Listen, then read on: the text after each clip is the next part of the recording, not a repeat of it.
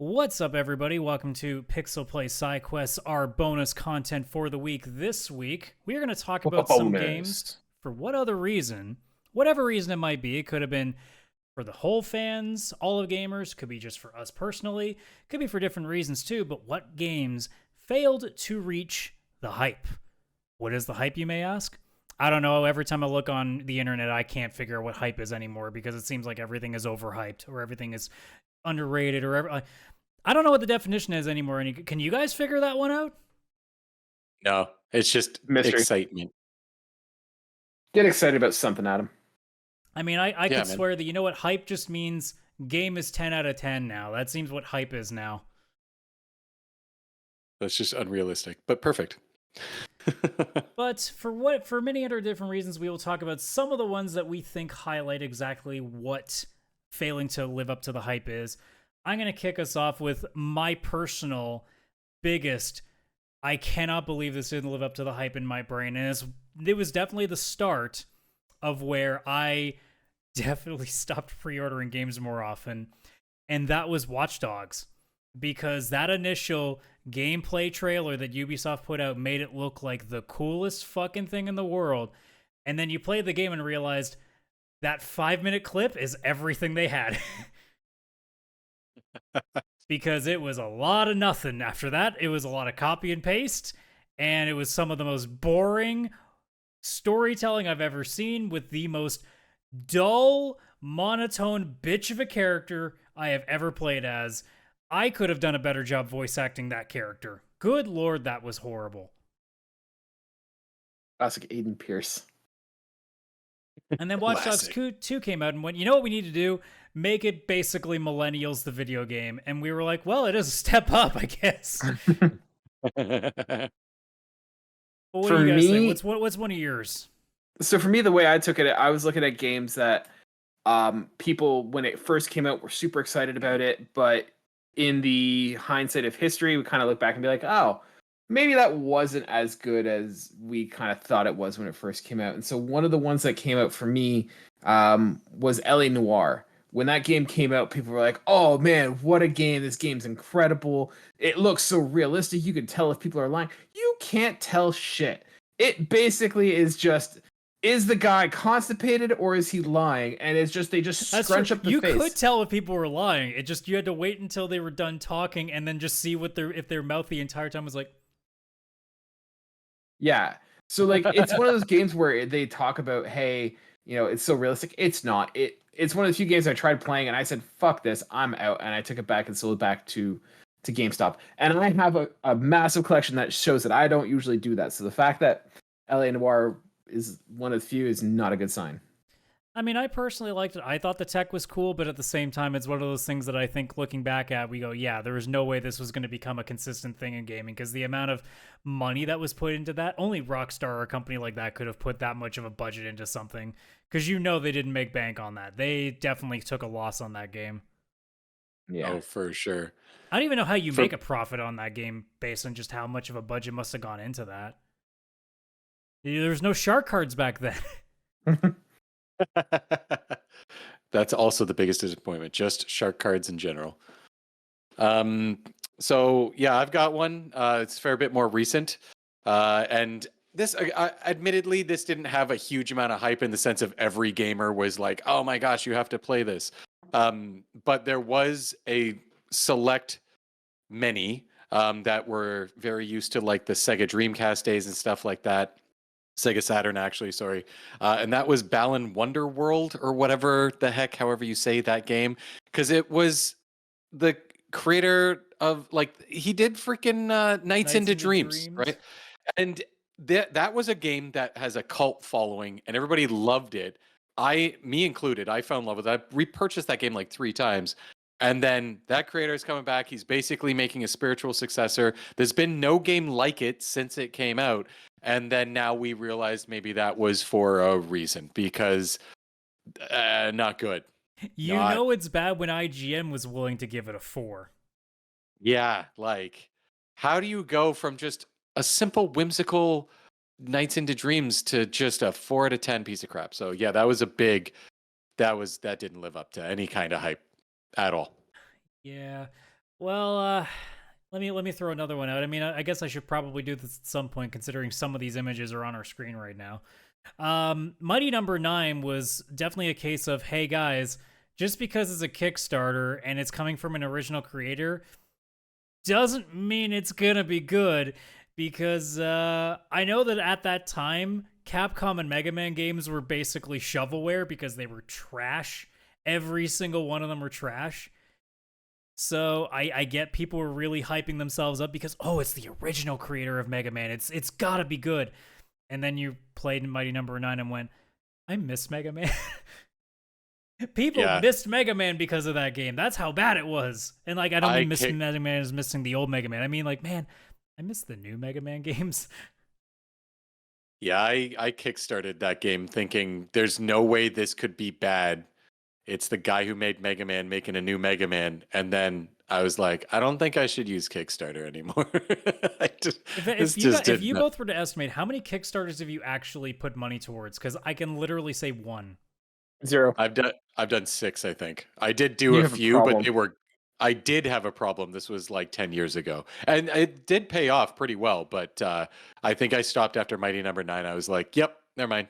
I think it really depends on what it is too. Like, I think for more like for board games and stuff, I think that's a different scenario because at least it's something you can hold physically. Game wise, man, like these things are so much more like there's so much turmoil that can come in between because like it's a proof of concept. So you don't even like I can't. Speaking of hype, do you think there's any chance that Star Citizen even comes close to the hype that it's generated and $600 million of funds that have been put into it? Like. No. I think if they could even get to 25% of that hype by the time the game comes out is a win at this point. And that's still probably pushing it. Yeah, that one will be tough. That one will be tough. But it is definitely interesting to go back and think like, man, Kickstarter was almost a fad in a way because like everybody really like everything was getting a Kickstarter and everybody was making a big deal out of it. Now I barely ever hear if anything's getting Kickstarted anymore. Yeah, I haven't heard of anything. I haven't used it. I haven't checked. I haven't heard. I think the last thing I can think of is when we were still doing Cartridge and Quarters, Chris. I think it was when we had the Wild Arms and Shadow Hearts Kickstarter. I think that might have been the last thing we ever talked about, and that was a while ago. Yes, that one was kickstarted. So it just goes to show you, just because it's on there on paper, don't mean it's going to be any good. Mighty Number 9 was definitely one of those key examples. Yeah, 100%. One of the biggest one for me, this is the one that kind of sparked the whole thing. One that had a lot of hype that people loved, but I don't think anyone kind of looks back and was like, "Oh yeah, like that was definitely worth it." Was Dragon Age Inquisition. That one was when it came out. Everyone was like, "Oh man, Dragon Age, yeah!" Like it won Game of the Year in some places, and I think now people look at it's like, "Oh, that it was not a very good game." Like it's not designed well. Like it's not a bad game by any stretch of the imagination, but the hype that it had when it launched versus like nobody talks about Dragon Age Inquisition anymore in terms of, hey, you need to play this game. I think that's one that had a lot of hype when it first came out, but didn't age well. I don't know if I go that far, but I mean, it definitely is a game that I don't think people have obviously taken with them in the same vein that like I'm looking up like some of the best games from that year because that's what I'm really curious about to see like what was their competition that year, because that would kind of tell us, you know, if it was maybe just a weak year altogether and we took whatever we could get. Because I mean, you have like Mario Kart, you have Destiny, you have Alien Isolation, and I mean Stick of Truth, like there is some stuff there, but like I could almost even chalk that up to like, yeah, it was not really like the heaviest year at that point. So that probably didn't help. Because I mean, look, Mario Kart is a big deal, but Mario Kart is more of that's a game you don't literally get sucked into. It's a game that you pop into every once in a while and play with people. I don't know if there's like a game from that year when I was looking at it that I go, oh yeah, that's the game that like everybody nonstop talked about. You know, we are planning at some point on potentially doing an episode on what like the best year of gaming is. 2014, when Dragon Age Inquisition came out, is not going to be one of those years based on what I see on that list. There's not a whole lot that you can take with and be like, oh yeah, that was a strong year. So maybe that's another part of why like Inquisition, like as you said, was getting Game of the Years, because well, let's be honest, the competition apparently wasn't all that great for it, so it had a chance. Like, you put Dragon Age Inquisition, like a game like that comes out today against all the games this year, I don't even know if it makes like top 15 right now. Like, that's how strong like some years can be. 2014 does not seem like one of them. No, but that game had a lot of hype when it first came out. Like, yeah, it was coming off. And I think like most people at the time when it launched were pretty high on it. And I think it's just one of those games that like even like 6 months later or 12 months later, when you start seeing, you know, the next influx of games coming up, people were like, I mean, it wasn't bad, but it's not like it was great. Mm-hmm. Oh yeah. I think Dragon Inquisition was pretty solid. It's just, you know, would I say it's you know, like Mass Effect 2? No, not a goddamn chance. Oh, that's the next one on my list. No, I'm kidding. No, that's Mass Effect Andromeda. You just had the wrong name in there. For my next one, I actually have to go way back because this is the first time I can remember in my gaming life where a game didn't live up to the hype. And this is like before the internet. This is, well, not before the internet, but before like gaming news was on the internet and the hype was on the online and everything. I'm curious. This was what console? I want to take a stab at this. N64. Ooh. So this is like Nintendo power hype where it was showing pictures, like Electronic Gaming Monthly, like all of them had this and they were building up the hype. And then the game released and it just, like when Adam, you hear it, I know you'll know it. Kaylan, I'm not sure if you've ever played this before. Do you want me to just say it, or are you going to guess, Adam? Well, the only thing I can think of is close, but if you're saying like it's something that you know once you hear it, you might not guess it right away. Well, it might not be one of the ones I immediately think, but like no, like once you hear it, you'll be like, oh yeah, that's my immediate thought was exactly. like Kirby Crystal Shards. No, it's way worse than that game. Well, other than that, Quest 64. Quest 64, baby, that's the one. That was like. It was so hyped. I remember even in Nintendo Power or maybe Electronic Gaming Monthly, it was like this is like going to fill that JRPG need that the N64 doesn't have.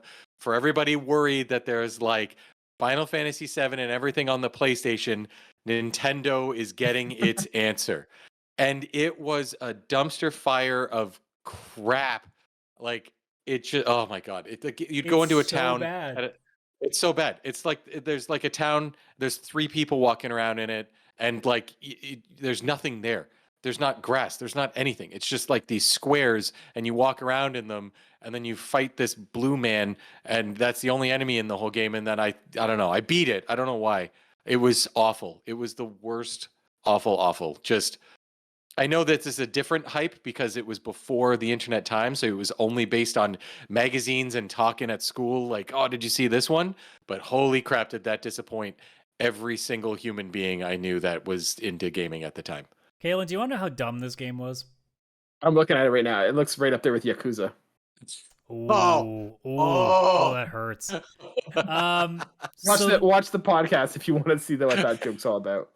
So there are 4 elements in the game. You know, it's your typical, like, your JRPG elements, you know, fire, wind, water, earth. The game generally wants you to use all of them, but in order to actually level them up, you have to use them. So if you want to level up one element, you have to cast that spell again and again and again and again and again, and it keeps going. The problem is you basically, unless you want to sit there and like World of Warcraft fight turtles for hours upon hours, you will never be able to come close to maxing out all 4. So you have to pick them. And the funny part is really you only need 2 because literally one of the elements gives you a magical shield barrier that makes you impervious to attacks that are based of magic. Well, here's the thing. Every enemy attacks you with magic. So that element is already a guarantee. You have to use that one. So at that point, you basically just pick one other element as your attack one and you're done. So the game literally wants you to do 4 elements, but it's also forced you that you basically can only use 2 and just literally throw the other 2 aside. And it was a game about magic, and it's like, hey, we're just going to make sure that you can't actually cast most of it. It's so bad, and you didn't have to get a JRPG until like Paper Mario at that point. Wow. That sounds Yeah. awful. Yeah, It was this game hurt. It hurt. It's It one of hurt. those It games that hurt. like you rented from the video game store. Yes, that's how we're dating ourselves. I remember kids. seeing this at the video game store, at like the rental stores. Yeah, you would rent it, and you would force yourself to like it because you have 6 more days left in the week to play this game. I'm definitely having fun with this. No regrets here. What if you bought it day one for like $80 with all of your paycheck because you worked in a grocery store because you were like 15? Then you 'Cause that love was this game me. because you've literally brainwashed yourself into believing that. I think I did beat it. So maybe I did at the time. I was like, I have to. It's my only game. Chris, I have to make it You've worth proven it. to us that you will beat anything. Your This bar is is pretty true. low for completion. That's because of Quest 64. It's who made me who I am. It's set the bar so low that you're just like, I might as well finish it. I beat Quest 64. I can't let this be worse than that. I don't think I've played something worse than that since. I can't lie. So we Adam, mentioned what's your last one? Okay, I'll give you 2 options. What's one that's like there was no way it could have reached the hype, or just one that like people were hyped about and just failed colossally because it was a bad game? I mean, both are bad games, but do you want the one that was impossible to reach its hype, or the one that just straight up just failed because it was a bad game? Failed bad Chris. game. Yep. So Homefront was a game that people really thought was going to be a cool game because it was going to be Call of Duty, but it was set in like a fictitious world where North Korea actually invaded and was like succeeding. Imagine that. And it's one of those games that like I remember seeing and going, "Oh my god." Like that's such a cool concept. And again, like this is in the peak of like Call of Duty first player or single player campaigns that were like top end. And I played Homefront, and the first couple of missions are really fucking good. And then you realize that the writing department basically stopped showing up after that because everything from there on sucks so bad. The gameplay is okay, I guess. It's like basically Call of Duty clone, but any intrigue that came from that game washed away about an hour and a half in, and it never recovered. It's so bad. And then they tried to do it again with the Revolution, and it's just it again. IGN had to prop up the sub 5 for that one. Kaylan, what do you got? You My got last one more? one for games that, hyped up, but in hindsight weren't that great. This is going to be a controversial opinion, but I'm going to put Grand Theft Auto 4. That was a game when it came out, everyone was like, oh my god, this game's amazing, it's Grand Theft Auto, blah, blah, blah. In hindsight, I think everyone kind of sees Grand Theft Auto 4 as kind of a low point. Very brown, very boring, just kind of having to do boring errands. Like, it's one of the I will least fun legitimately Grand say Theft I Autos. hate that game. Right? I also hate that as a Grand Theft Auto. It's like going from like Vice City area to like 5, great on at the beginning and the end, and 4 in the middle. No, 4 is not enjoyable. But remember when Grand Theft Auto came out, like you saw tons of advertisements, tons of people were playing it. Like everyone was like, "Man, Grand Theft Auto, it's awesome. It looks so good." No, nobody says that anymore. So like that's one where hype was up here, and then with the benefit of hindsight, has gone down. So that was Grand Theft also Auto one of 4. those games that I genuinely questioned ethics and journalism because I played that game and went, "There's no way this many places gave it a 10. There's no way." Yeah, because like the driving sucks, the story sucks, the characters suck. It looks terrible because it looks like they just put a gray filter over everything. Yeah. Like, I don't like a lot about that game. Like the only fun that I have in that game is when I play multiplayer. Which is not really what you play a Grand Theft. Well, at the time you didn't play a Grand Theft Auto game for. But you can go bowling with Roman.